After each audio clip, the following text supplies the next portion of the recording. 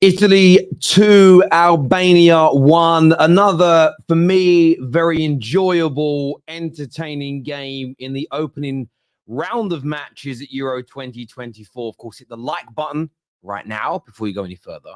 Make sure you are subscribing as we break down and give you the full fan highlights of what, again, as I say, was another entertaining game. And 23, I repeat, 23 seconds into this game, and it was alive. But a little bit of a mistake at the back, well, a big mistake at the back by the Italians, lets in the Albanians to score. Crazy stat that I didn't know before the game. They'd only scored one goal in this tournament in their entire history, and they made it 2 goals in the opening 23 seconds, the fastest goal in the history of the European Championships. It kind of got the blood flowing a little bit for me. It was one of those games, I'm going to say this respectfully, that I looked at it and thought, Italy are winning. I know they did. That makes sense. But it needed some jeopardy. Maybe that jeopardy came a little bit too quickly because the Albanian mindset went to try and sit back and absorb, and it's such a long time to do that. But the Italians stepped up after that point. We don't know what they did before that point because it was 23 seconds. They moved the ball brilliantly. They looked assertive. They were quick. I was really impressed. And the equalizer, a very well-worked corner, the ball put across to the back at the far post. Bastoni was there. Yes, the Albanian defense was sleeping, but Bastoni rose well, buried their header. They're back in the game. And it was really important, I felt, not only for them to respond, but they responded quickly. And that quick response, I think, was absolutely key when it comes to ensuring you don't slip on a banana skin. If that 10 minutes turns to 20 minutes, which turns to 35 minutes, which turns to 55 minutes, and you're still not quite, you're not back in the game yet, you're still behind, it creates a really sort of nervous feeling. And you've seen that happen in many, many games before. And then 6 minutes later, another wonderful piece of work of the team. The ball, a little bit of a ricochet, comes to the edge of the box. And there he is, Barella, with an absolutely cultured, majestic, beautiful strike. It was just a rare thing of beauty. Buries it. It's 2-1. The only part after that, the Italians, the thing they did annoyed me was they then sat off a little bit. They were a bit more reserved. They went on the counter. But this is tournament football. They were leading. They had no need at this point to, because goal difference matters in the group stages, but not that much. You'll go to head-to-head games against. They don't need to overexert themselves at this stage of the tournament. They didn't need 3, 4, 5 goals. They probably would have wanted that third just to stop an equalizer, which nearly happened in the dying moments. An excellent save from the keeper, Donnarumma. But overall, as I say, an entertaining game. The Italians came out on top. And look, the Italians were another team that were completely written off by people coming in to the Euros. Identical 3 years ago, Euro 2020. For anyone who's just started watching football, Euro 2020 was held in 2021 because of COVID. So that's why I said 3 years, not 4. They came into it and they were written off. They looked good in their first game and they went on to become champions. A little like the Germans, when it comes to international tournaments, I just never write the Italians off. They have such a good, overall, they have such a good record at knockout competitions. Yes, I know they didn't qualify for the last World Cup. I know there's some problems here and there, but they're a quality side and they play a really nice brand of football. They've got some excellent players. And the individual I was really looking out for today, I know how good Bastoni is. I know how good Barella is. But I really wanted to watch Chiesa. And I say that because he was linked with the move to the Premier League the other day. And I feel like with Chiesa, he's a player whom there was so much buzz about 3 years ago. Has the knee injury. It proves a lot of the, and I'm very Prem biased because that's the league I watch and I report on and I do content on. But I do feel like a lot of viewers of the Premier League also lie. I think they lie about how much international football they watch domestically as well, if that makes sense. Because the buzz around Chiesa went. And the way the buzz around him has gone, you would think that he turned into a trash player. So I was intrigued to watch him tonight, and I thought he was majestic. Some great skills, some decent attempts on goal, a player that could really set this tournament alight. And I like him. I think he's really talented. So I was very, very impressed with him tonight. But overall, listen, as I say, very, very impressed with the Italians. They've got room to grow as well. The one thing I would say about if your first performance in a tournament is out of this world is, have you peaked a little bit too soon? Have they peaked too soon? No risk of that for the Italians. I think there's a lot further that they can go. Sorry, been a long day for me. The kids had me up at 5 a.m. this morning. So there we go. We're bringing out the panel very, very soon on the show to have their say. Terry, what's your favorite Euro? Spain, France, Germany, also dangerous opponent. Who's my favorites? I predicted Portugal before a ball was kicked. The next time I update my opinion will maybe the end of round 1, but definitely the end of round 2. There's no point updating your prediction until you've seen everybody play. And typically you want to wait until they've at least played the difficult team in their group as well. And that's why I wouldn't get carried away with today. Look, Albania, I'm not trying to take the proverbial, but Italy should be beating Albania. They should be beating them. They've got tougher games to come in this group that will be a much bigger and better acid test. But as of right now, I have Portugal as my favorites, followed by France, followed by Germany in that order. But that could change after watching them all play. And also, most dangerous opponent. Listen, there's loads of dangerous opponents out there. There really, really is. Am I watching the boxing? Potentially. Not right now, but maybe a little bit later. It's also Father's Day tomorrow, so I'm sure the kids are going to wake me up really early again. Maybe they won't. Maybe they've forgotten. Maybe I'll get nothing. Maybe I won't even get a card. Can you imagine? Well, football's don't really matter. Panel time now. We've got who we've got coming out. We've got Nick. We've got halftime hooks. Giuseppe is here. Mamma mia. He was scared after that first 23 seconds. I know he was. We've got Judge Mo. We've got Chris. We've got Husam joining us very, very soon as well. Welcome back to the show, gentlemen. Welcome. Giuseppe, important result in the opening game for your Italian boys. Yeah, listen, Terry. First of all, standard Italian first game performance. Standard. Make it look harder than it actually was. We dominated the game, but once again, we go like a go ahead. And then we just know that we can hold on to the game, and to our detriment, we always do it. And it's like keeps Italians' blood pressure high. Like it's like watching Arsenal sometimes for me. But listen, I thought we completely dominated the game. I thought they had that shot, and then apart from that, we dominated the game completely. The 2 goals come quick and fast, and that's what we wanted to see. Because the thing is, when they scored in 30 seconds, there was an element of me being scared, but there's an element of me actually happy. And I know that might sound mad to everyone else, but as an Italian, I feel like sometimes when we are dominating a game and we dilly-dally too long, we end up struggling to score. This pushed us out of maybe the element of just controlling the game and taking our chances when they come to, oh God, we've conceded early, we need to get goals now. So I think that actually benefited us a bit.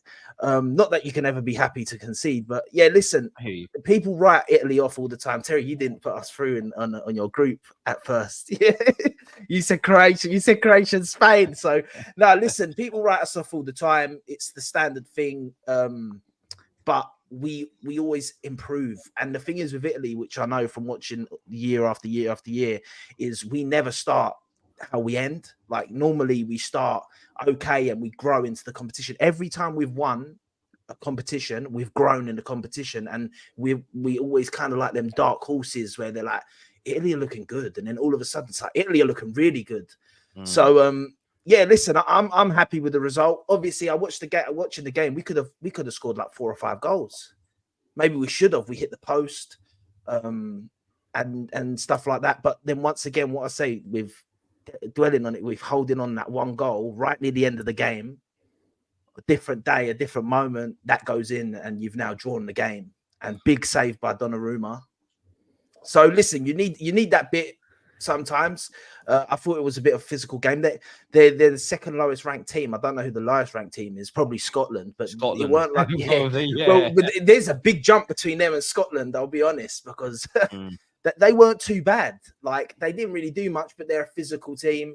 So yeah, listen, I'm happy with the result. You might find it's Georgia. Scotland actually had quite a good qualifying campaign. Their ranking must be relatively higher right now, to be fair. I'm just taking the piss out of the Scots, but yeah, no, I hear you. So yeah, for me, yeah, I'm happy. I think we'll go on. I think we'll win.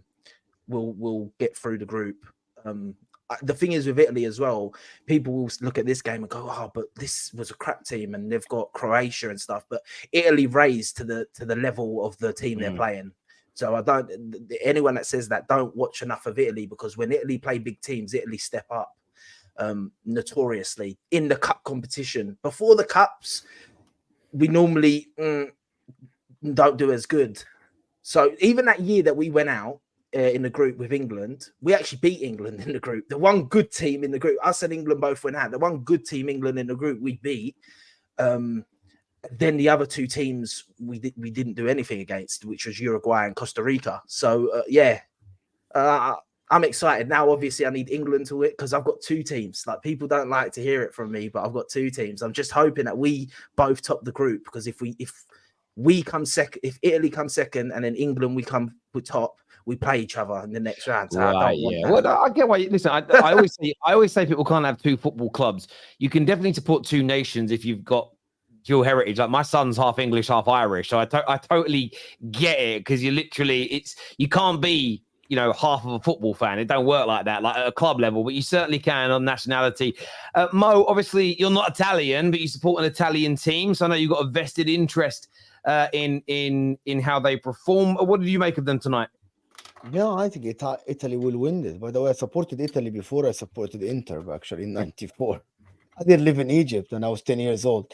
I actually think Italy will win the tournament. It's going to be 2006 all over again, where Italy is going to grow into the tournament game by game. In Germany, they're going to beat the Germans, and Italy will win this tournament when no one is just looking at them as the favorites or anything. I actually think, yes, it's always an Italian fashion of keeping the opposition in the game, as always. But I thought Italy played very well. Played differently, though. I thought Italy played completely different, in my opinion, than the normal Italian teams. The passing was so crisp. Of course, the movement was very crisp. Tactically, they were absolutely fantastic. The two center backs were great.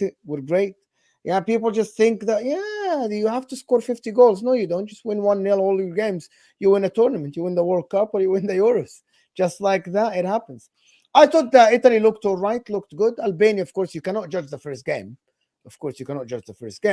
But I thought this is as good as it can be from Italy's first game, ever as I saw, to be honest. Since I started watching Italy in '94, this is as good as it can get from Italy in the first game, to be honest. Italy normally in the first game don't do well. This is as good as it can be. For the people that don't watch, this is it. Composed, very controlled game from Italy, to be honest. Didn't allow a lot for Albania. I thought that some of the players were amazing. Of course, Inter players, clutch, Di Marco, Bastoni, Barella, players out of this world, of course. Our players, amazing. But yeah, they're absolutely fantastic. I did think about, I was watching Bastoni, and I don't think he gets enough. I'm so glad he didn't join Tottenham. What a waste that would have been for him. But I look at him and I don't understand why there isn't more. You think about all the centre-backs in the world, and rightfully so, the Van Dijks and the Salibas and the John Stoneses of this world that get a lot of praise. I just don't feel like Bastoni gets anywhere near the sort of coverage, and he isn't spoken about in the same light as the others. I think he's absolutely superb. He's fantastic. He's a fantastic left-footed centre-back. And by the way, he doesn't play in a back four. And today he played on the right side with the left foot and looked very comfortable. Looked all right, looked very comfortable. He's 25 years old. I think this is his prime now. He won the Defender of the Year in Italy. He was fantastic last season all the time. And the problem is, because Inter plays three at the back, a lot of teams are scared of taking a chance of someone that plays three at the back. And basically, I'm happy he stays at the club, gets paid all right, doesn't get paid a lot. He's a fantastic left-footed centre-back, to be honest. Fantastic left-footed centre-back. If someone wants to come for him, I think it will be the price of in pounds would be like 70, 80 million pounds, 60 million pounds at least for him at 25 years old. I hear that. Someone here says copying Jamie Carragher. What's he talking about? I have no idea. I know what that means. Reference I to don't know. Me, because it's a Scouser with Dortmund. That's what it is. Maybe it's that. Bear in mind, I'm just wearing a Dortmund kit because I quite like the Dortmund kit. I need to let you know Very something, emotive. Tom. When you're sitting in the motorhome that we're doing our road trip to Germany in, if you as a Scouser and an Englishman wear anything other than a Liverpool or an England shirt, I'm throwing you out on the ferry in the drink, mate. You're going in the drink. Hooks is here with us. How you doing, mate? I'm doing great, man. I'm doing great. How you doing? How's everybody doing? I see we invited this guy to the stream. Wow, Husam, Who invited Hooks to the stream? Yeah. Wow, You told me Arsenal are going to win the Champions League. How can you show face after Whoa. that? Whoa. I have a screenshot. Don't even. I'll send it to Terry. He'll put it here and embarrass you. Big up to you. Big up. Yeah, by the way, DeMarco must have been smoking the strongest weed. I don't know what he did at the start of the game, throwing the ball like that. Giuseppe, man, what's he doing, man? What's your boy DeMarco doing, man? Why is he doing that? What's going on, man? What's going on? Nah, don't worry about the market, man. He wanted to make the competition interesting. You know, it was crazy. It can't be a boring game. Someone's got to check his betting app, bruv. You got to check. Someone's got to check a betting app because that was, you know what I mean. It was a bit crazy. But then it was like Italy went, whoa. We're Italy, you know, and this is Albania. We got to step it up. And then literally from that point, at least in the first half, they were relentless. Like the passing, the moving, the pressing, the control, like everything was kind of, like Italy really did step up. And obviously, Barella's goal, he's someone that definitely needs to come Arsenal. That goal there. But he won't downgrade. No, Mo. Let's not. I'm being serious. By the way, I'm being serious. Mo, Why would he downgrade? I'm being serious. Why would he downgrade? Mo, you've gone too soon. Let him say it and then come in with that bit. Let him say why. Let him say why first. We don't need to do this, innit? You know, I know that you think that Arsenal's below, and that's fine. I'm just saying, Barella, he needs to try something new. Maybe he wants to go to a team where he can become the star and raise them back up and take them to greatness. Do you know what I mean? So, hey, Barella, if you're watching this, you know where you got to go. But the second half, Albania actually looked good. And I'll be honest, the fact that Italy wasn't able to score more, if I'm an Italy fan, I'd be very concerned if the likes of Spain or Croatia decided to play in a similar way, at least a similar intensity in the second half of a game. I think anyone that thinks Italy is going to beat Spain, they must be over in Germany where the weed is legal as well, because Spain is going to absolutely move to this Italy team. It's going to be crazy. And I see we're already pulling out the excuses of, Italy, you know, always start off bad in tournaments, you know, always start off, you know, really slow and then we work into the tournament. Nah, man. That's Albania. I'm sorry. When Armando Broja is your best player on the pitch, it should be more than 2-1. That's all I'm gonna say. But big up their goalkeeper, the Brentford goalkeeper. He made some big saves in the game. Got to give it to him. And I think that Albania showed heart, and you know they did their nation proud. So you know they didn't get the win, you know, but 2-1 against Italy, you know, who won the Euros last. I don't think that's too bad. So like Terry said, very entertaining game. I just expected a bit more from Italy. They had one shot. They had one shot on target, mate. Bro, it's Albania. But it don't matter who it is. If you know Italy, Albania, listen, you can't tell an Italian. You can't tell even Mo's not even Italian. You can't tell him. We know Italy, bro. This is Italy in a nutshell, bro. Don't worry. Like, the fact that you're writing them off is the fact that they're gonna beat Spain now. Bro, it's Albania, bro. Like, that's all I need to say. Yeah, but it doesn't matter who it is. You know any of the players other than Broja and the Brentford keeper? Bro, you've watched. You're an Arsenal fan, right? Have you not watched Arsenal lose to League One, League Two teams? Bro, it's a bro. They're the second lowest in the rankings. Let's go. Listen, bro. I'm just gonna say. I'm just saying it's Albania, innit? That's what I said. Yeah. I know it's Albania, but what I'm trying to say to you, is the fact that you're saying that Italy are gonna get smashed by Spain and they ain't gonna do anything. Bro, last time we played Spain, in a competition, ask my brother, big up in the bottom right, what happened? The last but time. let me say something to halftime. Here's the thing. Look, I support a nation. My nation, Jordan, was the Albania in the last Asian Cup. We got to the Asian Cup final. We beat South Korea. We beat like some of the best teams in the competition. In international football, it's never really the team with quote unquote the best quality that usually wins. I mean, you could talk about England. England probably on paper, if we're talking on paper purely as a squad, probably has better quality than 99% of the nations, and they still haven't won anything over the last 10 years. Even the last World Cup, France had way more quality than Argentina did. Argentina just had the Joker card, which is Lionel Messi. You look at even the Spanish teams that won like 10 years ago. Yeah, they had the likes of Xavi and Iniesta, but if you're talking all round, you could say the Germany teams back then were a lot stronger as an 11 and as a squad. You could say the same thing about, the Argentinian teams. They had the front three of like Aguero, Tevez, and Messi. So like, it's never really quality. It's about execution. In international football, it's always about execution. And we saw one of the reasons earlier on that Croatia got absolutely slapped up by Spain is the execution of the Croatian team. Croatia don't have bums. It's the same players that played, in the last World Cup and in the last Euros. Like, it's the same core of players, but they couldn't execute on the pitch. Today, Italy, they went to one. No, but here's the thing. Look at it from Italy's perspective, because life is about perspective. You go 2-1 up against Albania, your job's done here. Why do you need to attack and play sexy football and do all that? That's not what the Italian football is about. After it went 2-1, we could have played 180 minutes today, and it would have ended 2-1. Like, Albania did not create a single dangerous chance in the whole game. And they did. And listen, Italy just do their job. I mean, Thierry Henry, who's your legend, describes Italian football like this multiple times in interviews. He says, as soon as you go 1-0 down, khalas, give up, habibi. It's over. Because they're just not going to allow you to create a chance.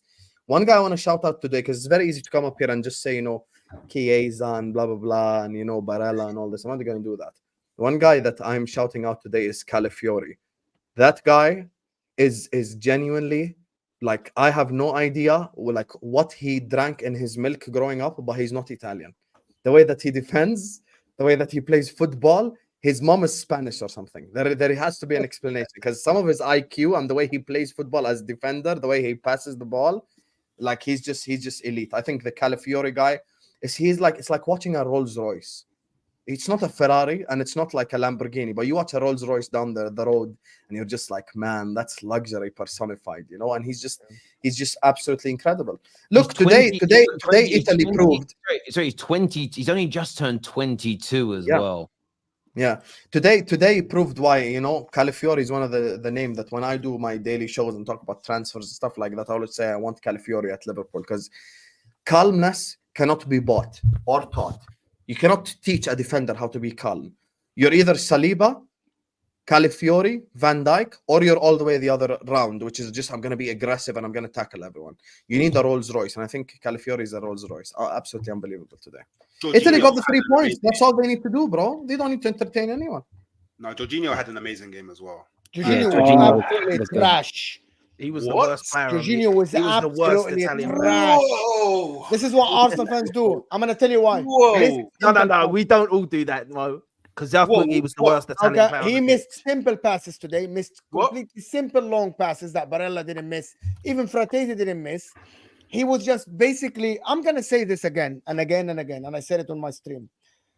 He isn't Toni Kroos in spraying the ball or Pirlo or Xabi Alonso. He isn't quick like a Makalili in terms of covering spaces. Wow. He can pass the ball around. He isn't Odegaard, right? Or he isn't someone like that play the through passes like even Toni Kroos. Why Toni Kroos is elite? Sprays passes, can play through passes from deep, and also positionally he's amazing. Jorginho today missed very simple passes. Just hold on, let me just finish, and then you can respond with your Arsenal hat.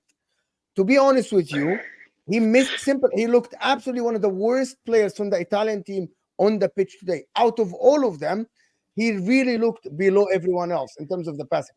Yes, he shows up to create angles, but Albania didn't press. So what I'm asking him to do, penetrating passes, didn't do. Diagonal passes, missed 2 out of 4 completely, while the others didn't. Play through passes, he didn't. Completely missed them. That's it. Just simple passes. Anyone can do that. Aslani can do that from Albania. Wait, so what? So everybody here think that Jorginho had a bad game? Is what we're saying? He did. Yeah, he had a bad game. Everybody here think he had a bad game? He had a bad game, yeah. You don't think I think I'm with you, but I could have my Arsenal hat on. Yeah, Nick. Maybe Nick, what did you? Yeah, Nick, what did you make? What did you make of Jorginho today? So I was, we keep Arsenal hats on at all times, and so I'm always watching him, just like I was focused on Kai Havertz the first match, and Jorginho just Dang. Oh, damn. Oh, damn, his signal's gone. about having him is that he does his job. He's not there. Be Odegaard. He's not there to do any of those things. Nick, I think I think what my man's trying to say is that basically Jorginho's there to do simple passes. But what I noticed is that apart from the simple passes, when he was trying to cut lines, do long balls, he wasn't getting it down. Like the simple passes is the bare minimum of football. Getting those simple passes, dictating tempo, that's the bare minimum.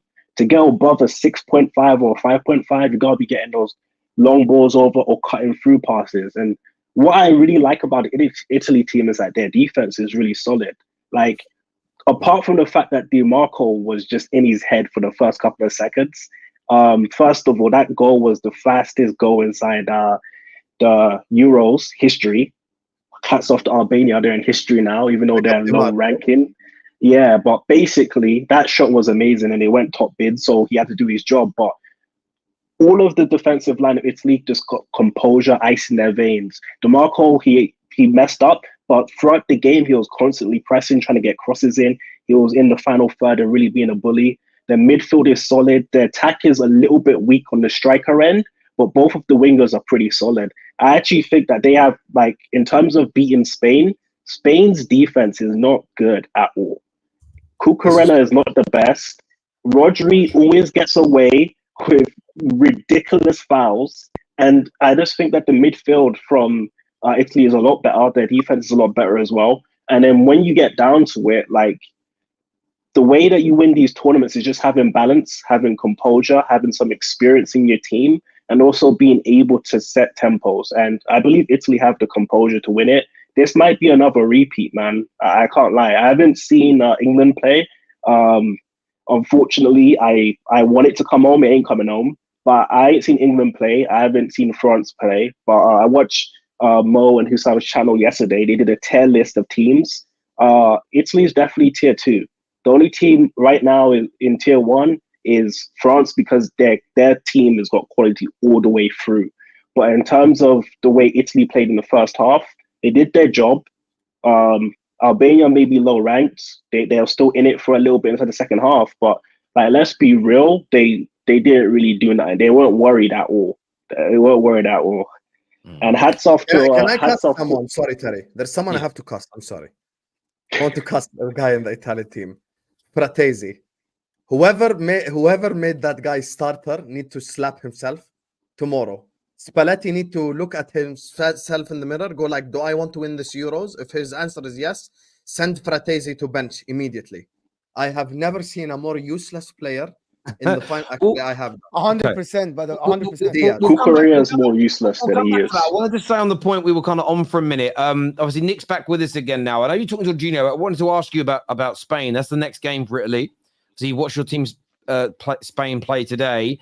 How do you feel about going up against Italy next? Are you in the camp of Giuseppe, where you think this is a dub for Italy, or do you believe in what Hooks is saying, that actually this Spanish team could slap them up? Oh, now you're on mute. We can't hear you. Sorry, now I'm back. Nick. My kids really want me to leave the house, so they probably have like Bluey on 47 televisions right now trying to ruin my internet connection. But no, I was sitting there salivating, going, all right, perfect. This is Italy being Italy. There is nothing new going on here. I was surprised by the performance by Germany. Okay. This, however, was just Italy being Italy. When they got pushed behind the ball, I think DiMarco threw the ball in to begin with, knowing that Italy does not play until they have to, which is why you say they grow into tournaments, because they don't have to play that well until it's knockouts. So I felt that, boom, they went behind, they played, boom, boom, boom, boom, boom. Now we're ahead. Now sit back. And I'm looking at it at like the 89th minute, and Albania could have leveled on maybe two. All right, they were never going to level, but they could have. The opportunities were there. I'm just saying they never put them away. They felt that it was comfortable, and I think against a better team like Spain, Spain may score first, and Italy may score two, and it may be tight like that. But you give the Spanish team enough opportunities like that to level, or to take the win. I'm happy right there. Italy didn't show me anything new. Scamacca didn't show up prime Ronaldo or something. There was no weird thing thrown in the mix. This is me going, okay, cool. It's the Italy that we planned for. So I'm happy with that. I disagree with that, saying it's the Italy you're playing for, because I think this is the Italy that we haven't actually seen in the competition before, because Italy normally sit back, and this Italy put his pressure on and goes higher up the pitch and actually attacks more, but then still has the solid back line. So I actually think that it's going to be a bit more tough for Spain than they think it's going to be. I'm not saying Italy are going to smack Spain. It could go either way. The game is international football. I just think that if people think that Italy are going to get run through by Spain, they've got another thing coming, because when Italy play teams that people think they're going to get rolled over by, Italy just step up a gear that people sometimes don't even believe we have. And I think that people are going to grow. Like, we didn't score many goals in this game. We could have, but the striking option for us right now is dreadful. Giuseppe, you're Italian? Yeah. His name's Giuseppe, bruv. Oh my God. Yeah, and that doesn't mean anything. No, it does mean something, bruv. I thought he was being sarcastic. I don't know if he actually knows I'm Italian or not. I know. I'm just picking with I'm just checking. Oh my God. But like Camarada, we've got a young striker coming through, Camarada. Like, hopefully by next competition we have him, because we haven't had a good striker since Totti. Maybe Luca Toni, you could argue, but he's not really, like, it's the same with the Scamacca and that. We ain't really got that. But I hear what you're saying about Spain, and I love it, because we always get underestimated by everyone. Yeah. And you want that. And I think that's what helps Italy. And then before you know it, they left the competition. But don't get it twisted. I'm not saying Spain is going to roll over y'all. I actually think there's one goal in that game, if any. But then if there's one goal in that game, then I give it to Italy. They have a way better defense than Spain. Way better. I agree with that. That's true. I think Spain will have the ball the entire time. But the Italian team are used to teams having a ball. Yeah. Right. They can park the bus and hold it. Who got the goal? Yeah, I feel like it's. I agree. I kind of agree with a lot of points everyone's making. I feel like it's a flip of a coin. There are pros and cons to both teams, and this is going to be the most cliched thing I've said in a long time. It's literally going to be the team that's the best on the day that wins, because I don't think there's a huge. Oh, come on, Terry. No, I'm being honest with you. My mom could have said that. No, but that's because your mum's speaking the truth, bro. Because I'm seeing in the comments, the reason I'm saying that, there are people in the comments saying, no way Spain beat Italy, 100% impossible. I'm seeing people say, no way Italy beat Spain, 100% impossible. Those two predictions are wrong. One of those two outcomes might happen, and people will say, see, I told you there was no chance. No, you're still wrong. Saying there's no chance that either of those teams can beat each other is wrong, irrespective of the result. And that's the element of the analysis here. I think there's merit to both winning. Generally merit to both winning that game.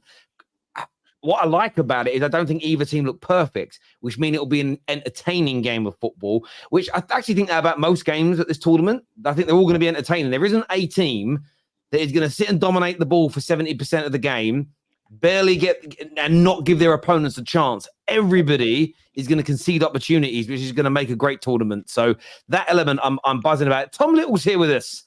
What are you here to say, young Timothy? I was mainly just here to say, I loved seeing Federico Chiesa play like he had working knees. It was the best throwback to Euro 2021 a man could imagine. Yeah. He was cooking people on the wing. He was doing so much. It did make me think for about 30 seconds, oh my God, just sign him this summer. And then I remembered he's got no knee. So it was then a case of, okay, probably don't sign him. But also, we're doing this whole Spain, Italy, it's a tight game. There's one big difference making as to why I lean to Spain. And that is, I don't think Donnarumma's a trustworthy goalkeeper. Yeah, I agree. In the biggest moments, I don't see how this season he's been there, and I just worry that in this game against Spain, where everything's sort of on the line, because it is the biggest game of the group, it probably decides who finishes top, all things considered. I don't think Donnarumma's gonna. I could see a Donnarumma clanger. I really could. I have a feeling. I think there's a different problem, Tom, that even was shown in the Spain-Croatia game. The reason why Spain slapped Croatia is actually a physical attribute. It's literally pace and power. They put Lamine Yamal on the right and they put Nico Williams on the left. Good luck. You're never going to stop that. The difference is Croatia played open and expansive. Italy don't play open and expansive. Nico Williams versus a low block is not the same as Nico Williams with space. Lamine Yamal is a bit more different to Nico Williams because he has a lot more to his game. So he could dribble, create, dribble, shoot. He's a bit more direct than Nico Williams. But I think the pace and power element, which was missing from Albania today as well. I mean, Armando Broja is up top. The two wingers they had, I already forgot their names. I was commentating on the whole game and I've already forgotten their names. The two wingers who were playing on either side, none of them really quick, pacey like that. I mean, it was kind of like a number 10 as well. A bit more. Asana was one of them. And Asana. Is it Safari? Possibly. I would take your word. I might have butchered the pronunciation, but yeah, I thought it was Safari. Well, they didn't have any real pace, you know. It's not like they have to worry about them, to be honest. That's what, you know, they remind me of Albania. They remind me they're not as good. But when you watch quite a few teams from sort of Eastern Europe, you've got like Albania, Poland, who's the other ones? Ukraine. Like Ukraine have obviously got who's got a bit of pace. You have to watch them. There's some good technical players, but they very rarely have individuals with electric speed. And I just think in the modern day game, without a number of players with really good pace, you typically struggle. Like, generally speaking, you need that speed. Sometimes it's the recovery speed of a centre back. Sometimes it's that ability to beat a fullback to a ball. And they did lack that today. And again, Italy, I mean, it's a hard one to tell because Albania are not particularly quick to see how fast they are. But having said that, the Italians, you would never have classified them ever as a really pacey team, and they've won so many tournaments. You don't write them off, I suppose. You know, Lamine Yamal in the first 5 minutes is going to get his legs chopped by somebody from the Italian team. You know that, Nico Williams. Oh, DeMarco will. I mean, and it's and you know this is going to happen, right? I was surprised today. Reflecting back, he had a really good game, and I'm so proud of watching a young man like that do his thing. But why didn't Guardiola absolutely go through him? Him in the first 5 minutes, right? Even take a yellow card, just show him it's a man's game. Do you know what I mean? It's that famous David Brent quote. Oh, it's a man's game. Just sometimes you've got to put it on someone and see what happens. Because his real captain was on the pitch there, Rodri, and told him, "Don't you fucking dare." Don't you dare. You know, this Euro tournament doesn't mean jack. There was another Man City player on the pitch today as well in that game, and it was Michael Oliver. So sometimes you forget that Guardiola is still at 21 years old, by the way. We forget that he lacks a lot of experience in these situations. True. Gary Neville used to do that. He used to say, like, I'm going to tell you who's here from the first minute. So you know that when you try to dribble, it's not going to be easy for you. Guardiola kept, like, hollowing him, like, just come, like, you know what I mean? Contain. Come on. Yeah. Anyway, we'll see. It's kind of peaked up for Guardiola because it was like Messi last tournament span him inside out, and that was Yamal this tournament. For someone as quick as he is, he struggles against pacey wings, and it's mad to me. But I didn't think that Lamine Yamal had the greatest game one-on-one against him today at all. Not the greatest one. Lamine Yamal was like the first touch was great, holding up the play, driving him, but he didn't like cook him. You know what I mean? Like he didn't like take him every time to the cleaners. Can I ask a question to the panel? I want to speak about an individual player tonight. He gets mentioned, he gets spoken about a lot, and rightfully so. How good is Barella? What level is Barella, Giuseppe? I think he's borderline world class. I'll be honest. I don't know if you can give him world class. I'm not too sure. But he's borderline. He's there or thereabouts. He's top. He's elite. If you want to say elite is below world class, he's elite for sure. It's a shame that Arsenal can't get him. Arsenal will never get him. He's an Inter Milan lifer.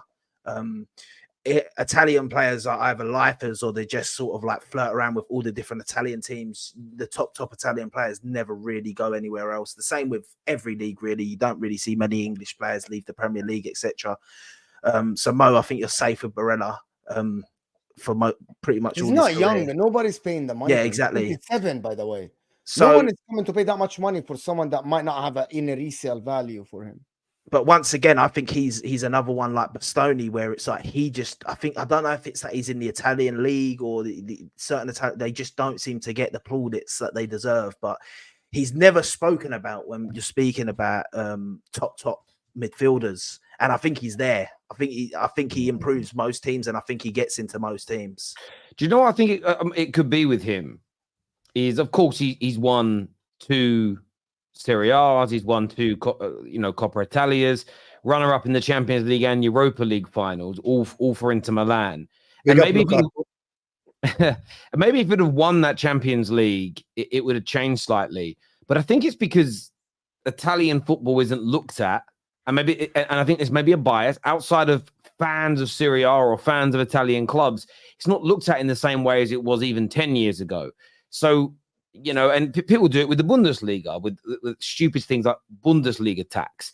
It's almost, these leagues are kind of diminished, and it's because they don't quite have the same superstars they used to, because they don't have as much money as the Premier League and La Liga anymore, where they used to. And I almost think the quality of players there is sometimes devalued. Like I mentioned earlier with Bastoni, I feel that he is a good enough Italian defender to have stood out. He may not have started for Italy 20 years ago, but he would have stood out as a top-class defender in Serie A at any point in the last 20 or 30 years. I think he's that good a football player. But for some reason, maybe it's because he's in Serie A and it's not as popular anymore, he isn't getting the fame. And I also think Italian football is not in vogue, because Italian football is a lot about. I know the ball was moved very well today when they had to, but as soon as they were 2-1 up, it was old school Italian football.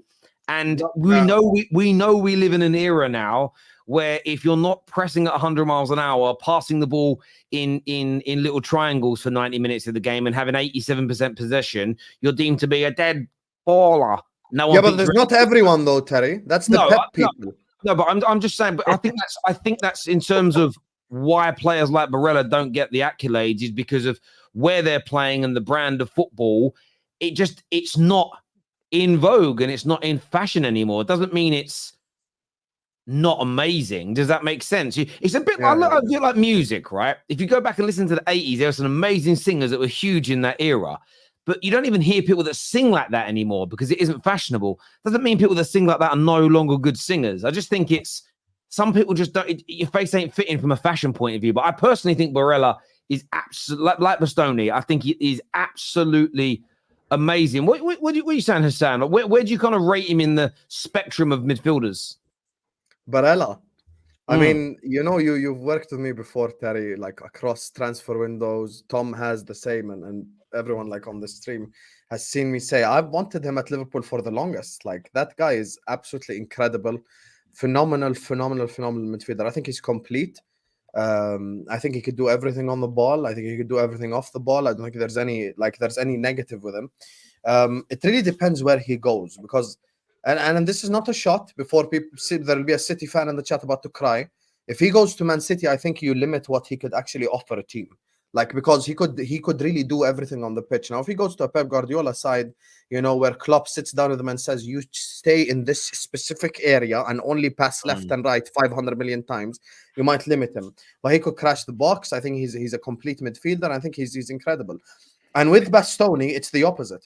I think Bastoni actually, if you were to tell me right now who he suits the most in the league, he actually suits Man City the most, because I think one of his best attributes is the fact that he plays out from back. It's the same with Calafioriis. I think those two will never have a problem passing the ball. Calafioriis immense as well. Today, I agree. I agree with you, Tom. But I'm saying who he suits as a fit the most. Both of them are like 10 out of 10 on the ball. Like he'll just pass till tomorrow without any problem whatsoever. So that's why I look at those two. And I think, both of them suit Man City. With Barella, it's the opposite. But I think, look, Italy have quality only in certain positions.